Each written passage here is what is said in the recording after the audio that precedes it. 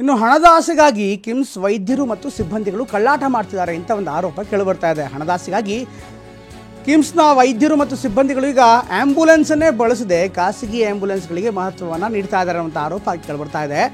ಇನ್ನು ಶೆಡ್ಗೆ ಸೇರಿರುವ ಹುಬ್ಬಳ್ಳಿಯ ಕಿಮ್ಸ್ ಆ್ಯಂಬುಲೆನ್ಸ್ಗಳು, ಕಿಮ್ಸ್ ಆಸ್ಪತ್ರೆ ಆ್ಯಂಬುಲೆನ್ಸ್ಗಳಿದೆ. ಈಗ ಆಸ್ಪತ್ರೆಯ ಶೆಡ್ನಲ್ಲೇ ಇದೆ. ಕಿಮ್ಸ್ನಲ್ಲಿ ಖಾಸಗಿ ಆ್ಯಂಬುಲೆನ್ಸ್ಗಳದ್ದೇ ಈಗ ದರ್ಬಾರಾಗಿದೆ. ಅಥವಾ ಸರ್ಕಾರ ಕೊಟ್ಟಿರುವಂಥ ಸರ್ಕಾರಿ ಆ್ಯಂಬುಲೆನ್ಸ್ ಇದ್ದರೂ ಕೂಡ ಅದನ್ನು ಬಳಸ್ತಾ ಇಲ್ಲ. 6 ಆ್ಯಂಬುಲೆನ್ಸ್ಗಳು ಈಗ ವಾಹನಗಳೇನಿದೆ ಆ್ಯಂಬುಲೆನ್ಸ್ಗಳು ಅದು ಪಾರ್ಕ್ನಲ್ಲಿವೆ, ಅದರ ಜೊತೆಗೆ ಶೆಡ್ನಲ್ಲಿವೆ. ನೋಡ್ತಾ ಇದ್ದಾರೆ, ಶೆಡ್ನಲ್ಲೇ ನಿಂತಿವೆ. 4 ದೊಡ್ಡ ಆ್ಯಂಬುಲೆನ್ಸ್ 2 ಚಿಕ್ಕ ಆ್ಯಂಬುಲೆನ್ಸ್ ಏನಿದೆ ಅದು ಹಾಗೆ ನಿಂತಿವೆ, ಧೂಳು ಹೊಡಿತಾವೆ. ಇಷ್ಟಾದರೂ ಕೂಡ ವೈದ್ಯರಾಗಲಿ ಅಥವಾ ಕಿಮ್ಸ್ ಸಂಸ್ಥೆಯ ನಿರ್ದೇಶಕರಾಗಲಿ ಯಾರೂ ಕೂಡ ಅದನ್ನು ಬಳಸೋ ಬಗ್ಗೆ ಯೋಚನೆ ಮಾಡ್ತಾ ಇಲ್ಲ. ಬದಲಾಗಿ ಖಾಸಗಿ ಆಸ್ಪತ್ರೆ ಅಥವಾ ಖಾಸಗಿ ಆ್ಯಂಬುಲೆನ್ಸ್ಗಳಿಗೆ ಹೆಚ್ಚಿನ ಮಹತ್ವವನ್ನು ಕೊಡ್ತಿದ್ದಾರೆ ಅನ್ನೋಂಥ ಆರೋಪ ಕೇಳಿಬರ್ತಾ ಇದೆ. ಈ ಬಗ್ಗೆ ಸಾರ್ವಜನಿಕರು ಕೂಡ ಮಾತಾಡ್ತಿದ್ದಾರೆ, ನೋಡೋಣ ಬನ್ನಿ. ಕಿಮ್ಸ್ ಹಾಸ್ಪಿಟಲು, ಸಿವಿಲ್ ಹಾಸ್ಪಿಟಲು ಇವತ್ತು ಜನರಿಗೆ ಜನರಿಗೆ ಅನುಕೂಲ ಆಗಲಿಕ್ಕಂತ ಮಾಡಿದ್ದಾರೆ. ಆದರೆ ಇವತ್ತು ನಮ್ಮ ಸರ್ಕಾರಿ ವಾಹನಗಳು, ಕಿಮ್ಸ್ ಆರೋಗ್ಯ ಇಲಾಖೆ ವಾಹನಗಳು ಶೆಡ್ನಲ್ಲಿ ಕೊಳಿತಾ ಬಿದ್ದಿದ್ದಾವೆ. ಪ್ರೈವೇಟ್ ವಾಹನಗಳನ್ನು ಇವರು ಆಂಬ್ಯುಲೆನ್ಸ್ಗಳನ್ನು ಬಳಕೆ ಮಾಡ್ತಾ ಇದ್ದಾರೆ. ಅವ್ರು ಜನರಿಗೆ ಸುಲಿಗೆ ಮಾಡ್ತಾ ಇದ್ದಾರೆ. ಕಿಲೋಮೀಟರ್ ಲೆಕ್ಕ ಹಚ್ಚಿ ಇದನ್ನು ಹಚ್ಚಿ ತೆಗೆದುಕೊಳ್ತಾ ಇದ್ದಾರೆ. ಇದು ಸರಿಯಲ್ಲ. ಜನರಿಗೆ ಸರ್ಕಾರಗಳು ಯಾವತ್ತೂ ಏನಿದೆ ಆರೋಗ್ಯ ಇಲಾಖೆದಾಗ ಇದು ಎಮರ್ಜೆನ್ಸಿ, ಈ ಎಮರ್ಜೆನ್ಸಿ ಇದ್ದಾಗ ಇದರಲ್ಲಿ ವ್ಯಾಪಾರಿ ಮನೋಭಾವ ಇರಬಾರ್ದು. ಕಮಿಷನ್ ಆಸೆ ಇಟ್ಕೊಂಡು ಇದಿಟ್ಕೊಂಡು ಇವರು ಪ್ರೈವೇಟ್ ಸೆಕ್ಟರ್ಗೆ ಹೆಲ್ಪ್ ಮಾಡುವಂಥ ಕೆಲಸ ಮಾಡಬಾರ್ದು. ಕಿಮ್ಸ್ ರೈಟ್. ನಮ್ಮ ಹುಬ್ಬಳ್ಳಿ ಪ್ರತಿನಿಧಿ ನೇರವಾಗಿ ಜಾಯ್ನ್ ಆಗ್ತಾರೆ, ಶಿವಕುಮಾರ್ ಜಾಯ್ನ್ ಆಗ್ತಿದ್ದಾರೆ. ಶಿವಕುಮಾರ್, ಎಲ್ಲ ಡೆವಲಪ್ಮೆಂಟ್ಗಳನ್ನು ನೋಡ್ತಾ ಇದ್ದಾರೆ. ಈಗಾಗಲೇ ಕಿಮ್ಸ್ ಬಗ್ಗೆ ಸಾಕಷ್ಟು ಹಲವಾರು ಆರೋಪಗಳು ಹಿಂದೆ ಕೂಡ ಬಂದಿತ್ತು. ಒಂದು ಚಿಕಿತ್ಸೆ ವಿಚಾರ ಇರಬೇಕು, ವೈದ್ಯದ ವಿಚಾರ ಇರಬೇಕು, ಇದೆಲ್ಲವೂ ಕೂಡ ಸಾಕಷ್ಟು ದೊಡ್ಡದಾಗಿ ಚರ್ಚೆ ಆಗಿತ್ತು. ಈಗ ಆ್ಯಂಬುಲೆನ್ಸನ್ನು ಯಾಕೆ ಬಳಸ್ತಾ ಇಲ್ಲ? ಇದಕ್ಕೆ ಸಂಬಂಧಪಟ್ಟಂತೆ ಕಿಮ್ಸ್ನ ಅಧಿಕಾರಿಗಳಾಗಲಿ ಅಥವಾ ನಿರ್ದೇಶಕರಾಗಲಿ ಏನಾದರೂ ಹೇಳ್ತಾ ಇದ್ದಾರೆ? ಕಾರಣ ಏನು? ಇದಕ್ಕೆ ಸಂಬಂಧಪಟ್ಟಂತೆ ಅಲ್ಲಿನ ಆಸ್ಪತ್ರೆಯ ನಿಲುವೇನು, ಜೊತೆಗೆ ಸಾರ್ವಜನಿಕರಿಗೆ ಹೇಗೆ ತೊಂದರೆ ಆಗ್ತಾ ಇದೆ? ಅದು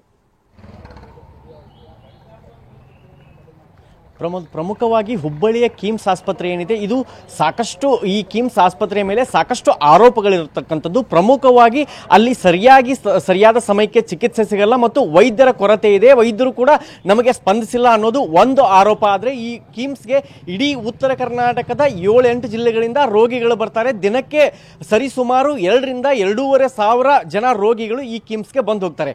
ಈಗ ಇದು ಒಂದು ಕಡೆ ಆದರೆ, ಈಗ ಸದ್ಯ ಅಲ್ಲಿರ್ತಕ್ಕಂಥದ್ದು ಈ ಆಂಬುಲೆನ್ಸ್ಗಳ ಸಮಸ್ಯೆ. ಆಂಬುಲೆನ್ಸ್ ಸರ್ಕಾರ 108 ಅನ್ನ ಜೊತೆಗೆ ಆಂಬುಲೆನ್ಸ್ಗಳನ್ನ ಈ ಕಿಮ್ಸ್ಗೆ ಕೊಟ್ಟಿದೆ. ಆದರೆ ಆ ಬಡ ರೋಗಿಗಳಿಗೆ ಉಪಯೋಗ ಆಗಬೇಕಂತಹ ಈ ಆಂಬುಲೆನ್ಸ್ಗಳೇನಿವೆ ಅವುಗಳನ್ನ ಸೆಡ್ನಲ್ಲಿ ಇಟ್ಟಿರ್ತಕ್ಕಂಥದ್ದು, ಅವುಗಳನ್ನ ಯಾರೂ ಕೂಡ ಉಪಯೋಗ ಮಾಡ್ಲಿಕ್ಕಿಲ್ಲ.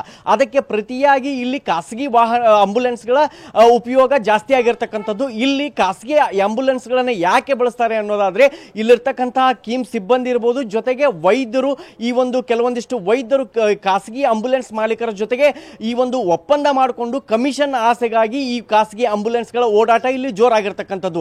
ಇಲ್ಲಿಗ ಈಗ ಸರ್ಕಾರದ ಆಂಬುಲೆನ್ಸ್ಗಳು ಏನಿದಾವೆ ಆ 6 ಆಂಬುಲೆನ್ಸ್ಗಳನ್ನ ಈ ಒಂದು ಕಿಮ್ಸ್ನ ತುರ್ತು ಚಿಕಿತ್ಸಾ ಘಟಕ ಏನಿದೆ ಅದ್ರ ಮುಂದೆ ಸೆಡ್ನಲ್ಲಿ ಕೂಡಿ ಹಾಕಿರ್ತಕ್ಕಂಥದ್ದು, ಅವುಗಳನ್ನ ಬಳಕೆ ಮಾಡಲ್ಲ. ಆದರೆ ಬಡವರು ಕಿಮ್ಸ್ಗೆ ಬರ್ತಾರೆ, ಬಡವರಿಗೆ ಆ ಸರ್ಕಾರಿ ಆಂಬುಲೆನ್ಸ್ಗಳು ಉಪಯೋಗ ಆಗಬೇಕು. ಆದರೆ ಇಲ್ಲಿ ಹೆಚ್ಚಿನ ಹೊರೆ ಆಗ್ತಿದೆ ಬಡ ರೋಗಿಗಳಿಗೆ. ಇಲ್ಲಿ ಹುಬ್ಬಳ್ಳಿಯಿಂದ ಈಗ ಗದಗು ಅಥವಾ ಬಾಗಲಕೋಟೆ ಈಗ ಮತ್ತು ಪಕ್ಕದ ಧಾರವಾಡಕ್ಕೆ ಹೋಗಬೇಕಾದ್ರೆ ಪ್ರತಿ ಕಿಲೋಮೀಟರ್ಗೆ ಖಾಸಗಿ ಆಂಬುಲೆನ್ಸ್ ಅವರು 18ರಿಂದ 21 ರೂಪಾಯಿ ಚಾರ್ಜ್ ಮಾಡ್ತಾರೆ. ಆದರೆ ಈ ಒಂದು ಸರ್ಕಾರಿ ಆಂಬುಲೆನ್ಸ್ ದರ ಇರತಕ್ಕಂಥದ್ದು ಹುಬ್ಬಳ್ಳಿಯ ಲಿಮಿಟ್ಸ್ ನಲ್ಲಿ ಕೇವಲ 600 ರೂಪಾಯಿ ತೆಗೆದುಕೊಳ್ಳಬೇಕು. ಹುಬ್ಬಳ್ಳಿಯನ್ನ ಹೊರತುಪಡಿಸಿ ಹೋದ್ರೆ 800 ರೂಪಾಯಿ ತಗೋಬೇಕಂತ ಅವರು ಕಿಮ್ಸ್ ನ ಸಿಬ್ಬಂದಿಗಳೇ ಇಲ್ಲಿ ಬೋರ್ಡ್ ಹಾಕಿರ್ತಕ್ಕಂಥದ್ದು. ಆದರೆ ಇಲ್ಲಿ ಕಿಮ್ಸ್ ಸರ್ಕಾರದಿಂದ ಕೊಟ್ಟಿರ್ತಕ್ಕಂತಹ ಆಂಬುಲೆನ್ಸ್ ಗಳನ್ನ ಮಾತ್ರ ಯಾವುದೇ ಕಾರಣಕ್ಕೂ ಈ ಸಿಬ್ಬಂದಿಗಳು ಉಪಯೋಗ ಮಾಡ್ತಿಲ್ಲ. ಇಡೀ ಕಿಮ್ಸ್ ಆವರಣದ ಸುತ್ತ ಸುಮಾರು 20ಕ್ಕೂ ಹೆಚ್ಚು ಖಾಸಗಿ ಆಂಬುಲೆನ್ಸ್ಗಳು ನಿಮಗೆ ಸಿಗುತ್ತವೆ. ಇದು ಒಂದು ಕಡೆ ಈ ಜನರನ್ನ ಸುಲಿಗೆ ಮಾಡ್ತಿದ್ರೆ, ಮತ್ತೊಂದು ಕಡೆ ಕಿಮ್ಸ್ ಸಿಬ್ಬಂದಿಗಳು ಅವರೊಂದಿಗೆ ಶಾಮೀಲಾಗಿ ಈ ಒಂದು ದಂಧೆಯನ್ನು ನಡೆಸಿದ್ದಾರೆ. ಪ್ರಮೋದ್, ಥ್ಯಾಂಕ್ ಯು ಶಿವಕುಮಾರ್ ಎಲ್ಲ ಮಾಹಿತಿ.